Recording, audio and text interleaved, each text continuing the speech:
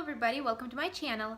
Today I want to talk to you about studying in a foreign language. This video was actually requested, which I'm actually very happy and excited about. So as you know, I'm an immigrant here in the US. I came from Russia. I'm a foreign trained dentist and I'm studying right now for my National Board Dental Examination. So I could go back into dental school and get licensed here in the US. I'm fluent in English right now, so I have no problem studying, but of course, when I was just beginning, it was a bit difficult road, and I'm going to tell you guys about my experience studying and learning English like that, and I'm going to give you some tips how to ease yourself into this professional language environment. I started learning English by myself back in 2009, and I actually filmed a whole video about how to learn a foreign language by yourself without any tutors. I filmed it back on my lifestyle channel, so if you want to know about that, I'm going to leave a link in the description. So I'm pretty fluent in everyday language, but of course when it comes to professional communication, it's a whole different bag of beans, so it's a bit difficult. I think this whole subject should be divided into three big categories. So first is studying for the test, or for tests and exams in general. Second is studying in college and being into this academic environment. And third is just being like speaking language, speaking professional language, professional communications. So category number one, studying for the test. I think this particular subject should be discussed on its own because studying for tests is based on recognition. So you don't have to memorize anything, you don't have to remember or recall anything, you just have to recognize the right answer. When it comes to language, you just have to catch one word that would lead you to the right answer, to lead you to understand the whole question. So if you're not particularly good in English and you catch this one word that you understand, you would be able to recall this whole information in your own language and see the right answer for, you understand and recognize the right answer out of the answer choices. For me, it was always difficult. I don't test well. Tests are always a huge problem for me.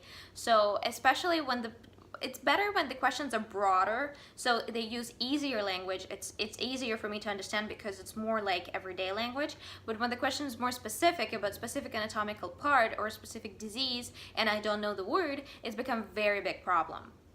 So my best advice specifically for studying in English is learn Latin. Latin would be best friend when it comes to anatomy. In my school, everything was translated in Latin, so we learned it in both languages right away, so I had to memorize it in Russian and in Latin. So right now, I look at an English word and they're basically the same, in most of the times. So my best advice for you if your school didn't teach Latin, and I know that some schools don't teach Latin, they just learn it in a specific language, learn Latin. So you can find books. It's much easier to find books that are translated in Latin, and they're usually older books. They're not fully translated in Latin, but the terms are in both languages, in your native language and in Latin. And they're usually older, so the best place to look for them would be libraries in your university. You would probably find some books like that. If you're not in your university anymore, there are medical libraries where you can go and look for a specific subject.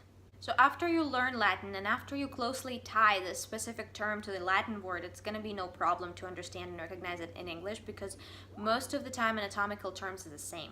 Sometimes when it's very hard to understand the question, it could be a good idea to translate the whole question and answers in your mind in your own language, but I would not recommend to do it all the time because you will just run out of time. It's a huge waste of time, and in the long term, when you're just studying for your exam, it's not going to help you. Second category is studying in college.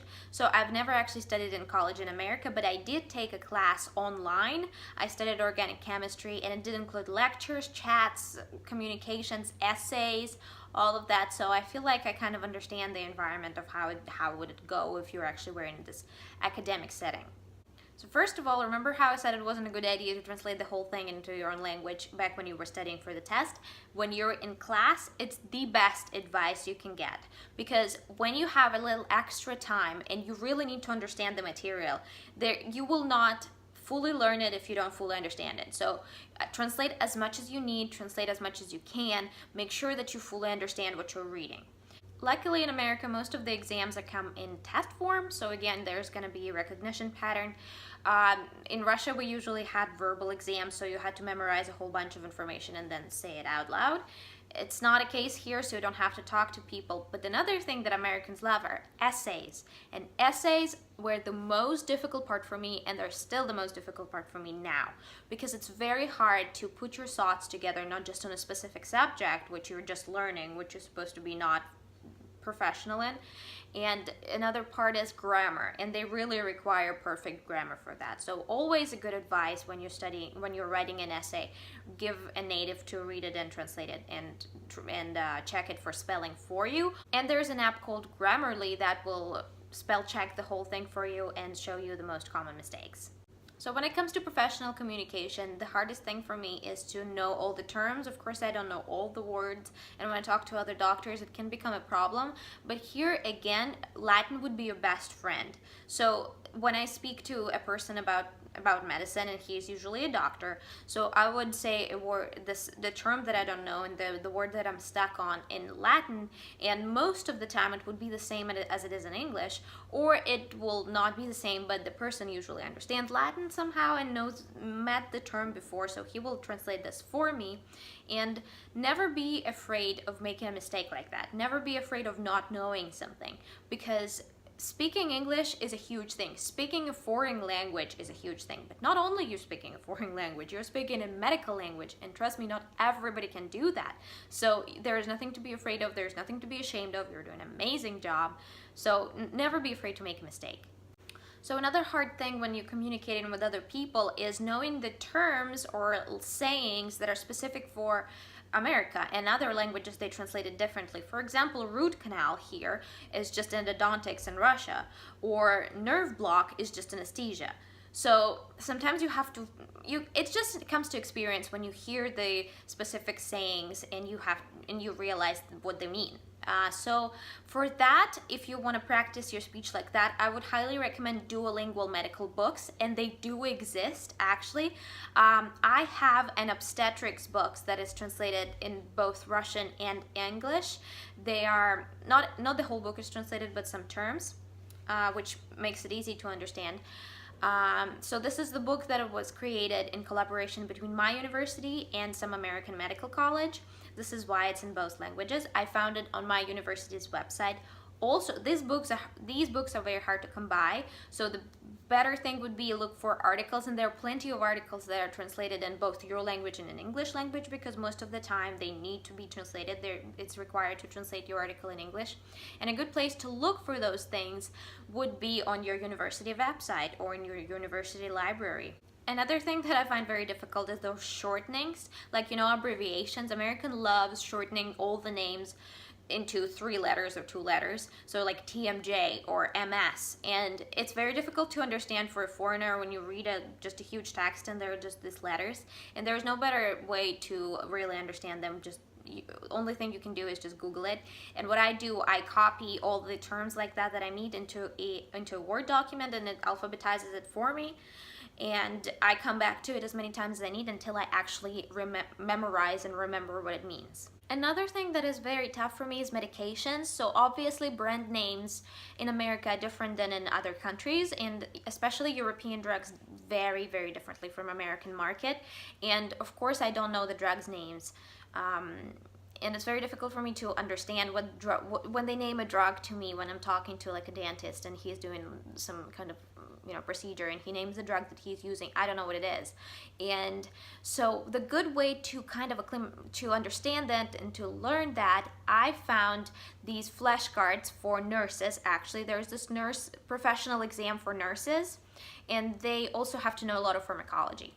And you can find flashcards for that are specifically in pharmacology, and they're most basic drugs written on them. Right now I'm not studying them because I'm focusing on NBD, but when I'm done with that, I would really focus on those things, because drugs are all over the place. And besides, in NBD there are some brand names. They're usually connected to antiseptics and stuff like that, and detergents. So there are not many drugs. Drugs are usually the specific chemical word for them. But still, you have to know brand names to practice here. So that would be a great resource because there are most specific drugs there, and it's an easy way to learn by flashcards. Studying for NBD is very difficult, especially when you're out of school for a while, and when it comes to that, the part 1 MBD would be the most difficult thing.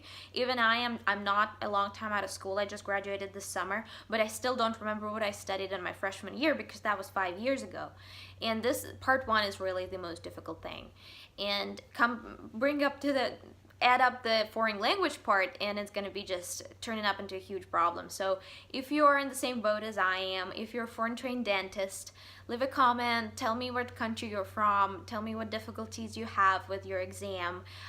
This subject is not really talked about much on YouTube or really anywhere, and I had to do a lot of research on licensing in the US, on how to really pass this NBDE exams, all the materials I have to learn by myself. There were no resources online for foreign trained dentists as much as there are resources for American dentists. Well, that's understandable, but still I would like to see people who, you know, struggling just as much as I am. So if you are a foreign trained dentist and studying for NBD, please leave a comment, let me know, come say hi.